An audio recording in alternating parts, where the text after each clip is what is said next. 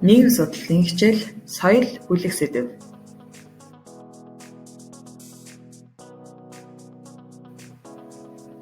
Сайн байцгаана нөхдүүдээ. Та бүхэндээ энэ өдрийн мэндийг хүргэе. Хичээлийн бэлтгэлээ ангаад хичээлдээ идэвхтэй оролцоорой нөхдүүдээ. Өнөөдрийн хичээлээр соёлын олон янз байдал ба соёлыг үнэлэх хандлагуудыг судалцгаая. За хүүхдүүд та бүхэн маань гол ойлголтуудыг сайтар шинжилэн судалж тэмдэглэж аваарай. Альва үндэсний соёл нь дотроо олон хувилбартай нэгэн төрөл биш байдалтай байхын хамт үндэсний соёл нь хүн төрөлхтний соёлтой харьцуулахад ялгаа гарч байдаг. Үүнийг соёл судлалд соёлын олон янз байдал ба diversity гэж нэрлэнэ.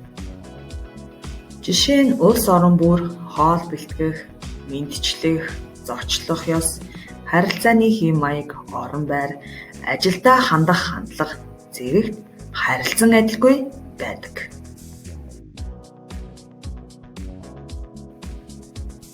Тэгэхээр энэхүү соёлын олон янз байдал буюу соёлын ялгаа нь зөрчилд мөргөлдөөнд байдлыг бий болгодог. Жишээ нь исламын орнуудад гахаа махыг эдхийг хоригддог байхад Солонгос, Хятад, бусад улс орнуудад гахаа махыг өргөнөөр хэрэглэдэг онцлогтой.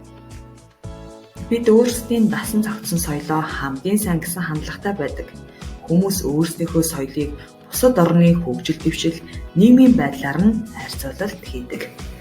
Бидний итгэдэг, сүсгэлдэг зүйлс тэдний хувьд мухар сүсэг болох нь бий. Үүнээс үндэслэн хүмүүс болон нийгмийн бүлгүүд бусад соёлыг янз бүрийн байдлаар үнэлж дүгнэдэг. Бүгдээрээ энэ тухай дэлгэрүүлэн авч үзэж судалцгаая. Соёлыг үнэлэх түгээмэл 3 хандлага байдаг. Үүнд этноцентризм, релятивизм, интеграц гэсэн хандлагууд ордог. Тэгэхээр эдгээр хандлагуудын тухай бүгдээрээ дэлгэрүүлэн авч үзье.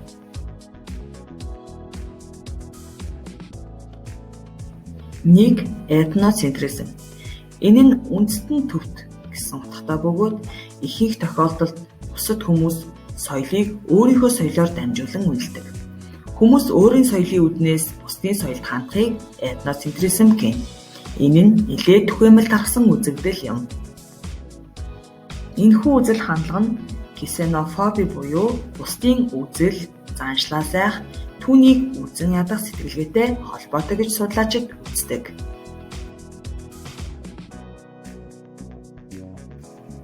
Хоёрдугаард релятивизм буюу харьцангуй үзэл. Энэхүү үзэл нь аливаа соёл өөрийн өрмөц онцлогтой гэж үзэж, өөрийнх нь үнэт зүйлсийн хүрээндэл тайлбарлаж болно. Мөн өөрийн соёлын хэмжүүрээр бусдын соёлыг дүгнэж болохгүй хэмээн үздэг хандлага. Релятивизм буюу соёлын харьцангуй үзэл нь өөр нийгмийн орчин нь өөр хэм хэмжээ, үнэлэмжийг төрүүлдэг тул бусад соёлыг хачин, сонин гэж үл тоомсорлохоос илүү ойлгох ёстой гэж үздэг үзэл байна. Дээр 2 хандлагаас булбалаад 3 дахь чиглэл бий болсон нь соёлын интеграц юм. Өөрсдийн өрмөц шинжтэй хадгалж үлдснээр улс орон болон ард түмний соёлууд нь улам бүр ойртож байгаагаар энэ нь илэрч байна. Хамгийн гол нь зөв зүйлийг нь зөв ашиглах нь чухал хэмээн үздэг. Өөрөөр хэлбэл монголчууд яагаад Конфуцичүүдийн өвөг дээдсээ гүн хүндэтгэхийг, германчуудаас ажлыг яг таг хариуцлагатай биелүүлэхийг, мөн сингапурчуудаас гудамжаа цэвэр цэмцгэр байлгахыг, япончуудаас хөдөлмөр зангийг нь өөрсдийн болгож болохгүй гэж. Тэгэхээр соёлын интеграцийн хандлагын хувьд хаанс өгөө байгаа тэрхүү сайн бүхнийг нь авах нь чухал гэж үздэг байна. Гол үндэслэл нь нийгмийн амьдралыг даяарчлах байдалтай холбоотой. За ингээд релятивизм, этноцентризм хэмээн хандлагуудын тухай үзлээ. Энэхүү хичээлийн хүрээнд үзэх дараагийн гол ойлголт нь соёлын универсал шинж. Универсал шинж гэдэг нь бүхий л соёлд нэгэн адил хамаардаг ерөнхий шин чанар, хэм хэмжээ, үнэт зүйл, дүрм журмыг хилдэг. Өөрөөр хэлбэл соёлын универсал шинж буюу түгээмэл шинж нь түүхэн цаг хугацаа, нийгмийн байгууллал, газар зүйн орчин, байрлал, хил хязгаар, хүмүүсийн арсны өнгө зэргээс үл хамааран дэлхийн аль ч улс орон үндэстэн ястанд байдаг үзэгдэл. Соёлын универсал шинж тэгвэл яагаад үүсдэг вэ? Хүмүүс энэ ертөнцийн хаанч амьдарч байсан ялгаагүй адилхан биологийн хэрэгцээтэй байж байгаль орчинтойгоо харьцахдаа дээр дурдсан ижил түгээмэл асуудлуудаа байнга тулгарч байдаг. Энэ тухай Америкийн социологч угсаатан зүйч Жорж Мердок судалсан байдаг. Тэрээр 1959 онд соёлын түгээмэл үнэт зүйлсийн үзэл баримтлалыг боловсруулах орлого хийсэн эрдэмтэн.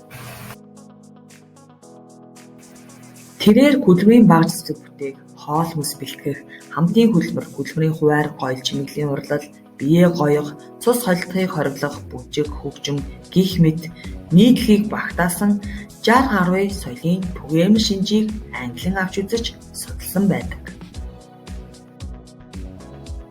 Тэгэхээр соёлын түгээмэл шинж нь түүхэн цаг хугацаа, нийгмийн байгууллал, газар зүйн орчин байрлал, хил хязгаар, хүмүүсийн арсны өнгө зэргээс үл хамааран дэлхийн аль ч улс орон үндэстэн ястанд байдаг түгээмэл үзэгдэл юм аа.